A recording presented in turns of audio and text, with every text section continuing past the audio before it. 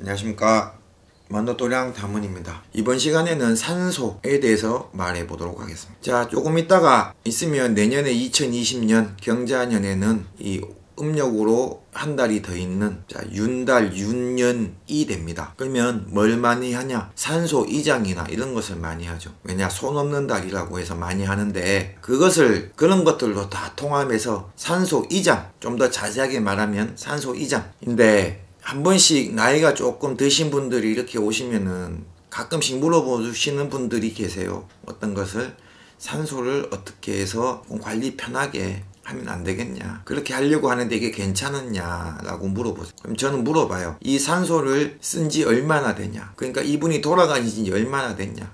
그러면 보통 40년 50년 되기도 했고, 짧게는 20년 30년이 되기도 했어요. 그러면 어떤 분들, 이런 분도 계세요. 산소를 여기 써갖고 갑자기 집안에 우환도 많았고 산소터가 안 좋은 것 같은데 이번 기회에서 옮기려고 한다. 결론적으로 말씀드리면, 손대는 순간 다시 또 잘못되면은 그 벌이 또 시작이 된다는 거예요. 하지 마시라는 거예요. 그래서 왜냐면 그 터가 너무 안 좋고 이런 터에 묘를 썼다 그러면 이미 그 쓴 시간부터 짧게는 5년, 길게는 10년 15년까지 그 죄를 다 받았는데, 다 받고 이제 상처가 크게 나가고 그 상처가 아물고 있는 단계인데 왜 다시 손을 대냐고 말씀을 드리거든요. 그럼 어떻게 해야 되냐 물어요. 저는 본인이 관리하기가 어렵고 본인은 어떻게 하겠는데 내 자손이 이걸 관리하겠냐 라는 생각이 들면, 산소는 그대로 놔두고 사묘를 시켜라 그래요. 봉분이 무너지듯이 그냥 무너져 가는 그대로, 봉분 무너졌다고 다시 쌓고 하지 말고. 왜냐, 이 봉분이란 것은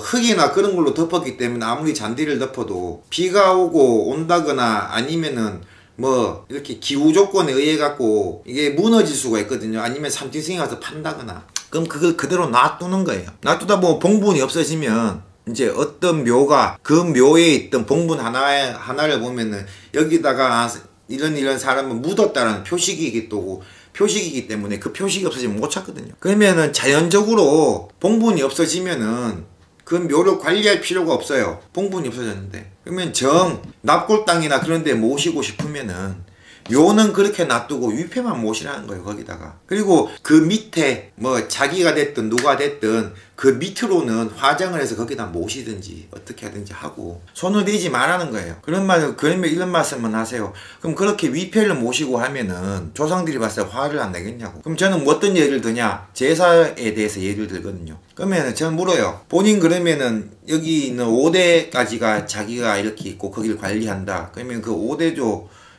제사를 지내냐? 그럼 지낸다 그래요. 그러면 제사를 어디서 지내냐? 물어보면 집에서 지낸다 그러죠. 십종하고 집이죠, 이거는.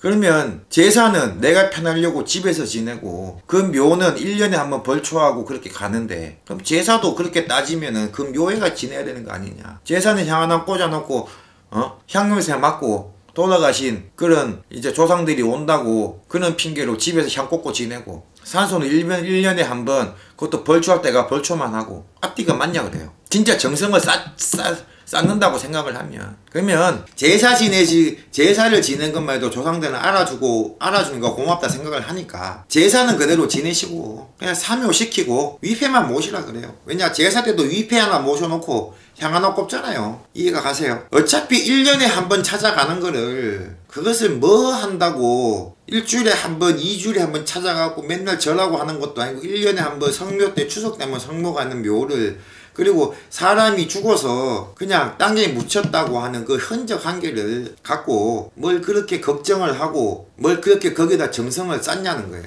차라리 죽어서 자기한테 들어오는 자기 조상들이나 잘 찾고 하지.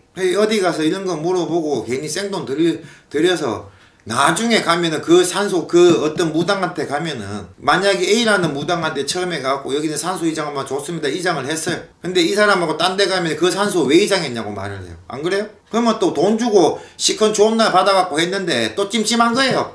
그럼 이 무당한테 또 해요. 또 하고 이제 하다가 내가 다른 무당한테 가면은 그 산소 잘 이장했는데 왜 그래요? 하지 말지. 그러면 또 기분 더럽습니다. 쓸데없는데 돈 쓰고 했다고. 아싸리 그러지 말고 이장하지 말고 사묘시켜버리고, 납골당 같은 데 하면은 납골당 짓기 전에 돌아가신 조상들 위패만 모시고, 그리고 내 바로 위에 부모님, 할아버지 그 위로는 나는 하는데 내 새끼들은 힘들어서 하겠나 싶으면은 내가 그냥 삼효시켜버리고 내 우때 한번 내 아버지, 어머니, 그러니까 내 새끼들한테는 할아버지, 할머니가 할아버지, 그리고 또 뭐 증조부, 뭐 고조부 이래 되겠죠. 거기까지만 하라 그러고 나머지는 내 손으로 한 2, 3년 관리하면 길어도 4, 5년 관리 안 하면은 봉분 없어지면 사묘 되니까 앞에 비석만 갖다 놓고 비석만 봐도 알잖아요. 그렇게 하라는 거예요. 괜히 손대지 말고 포크네 불러갖고 땅 파갖고 산신에서 두드러 맞지 말고 그렇게 하라는 거예요. 이해하시겠어요? 만약에 내 부모님이 돌아가셔갖고 돌아가신 지 2, 3년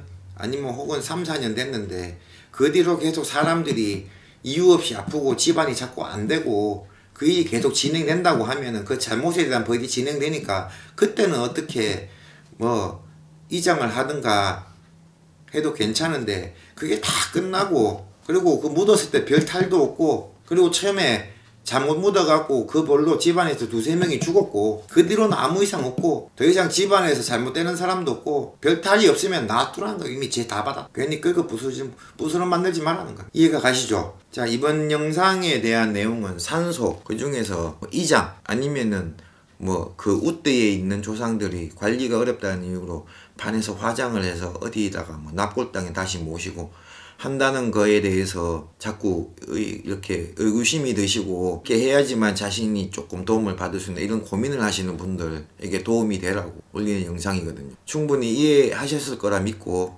이번 영상은 여기서 마치도록 이상 담은이었습니다. 감사합니다.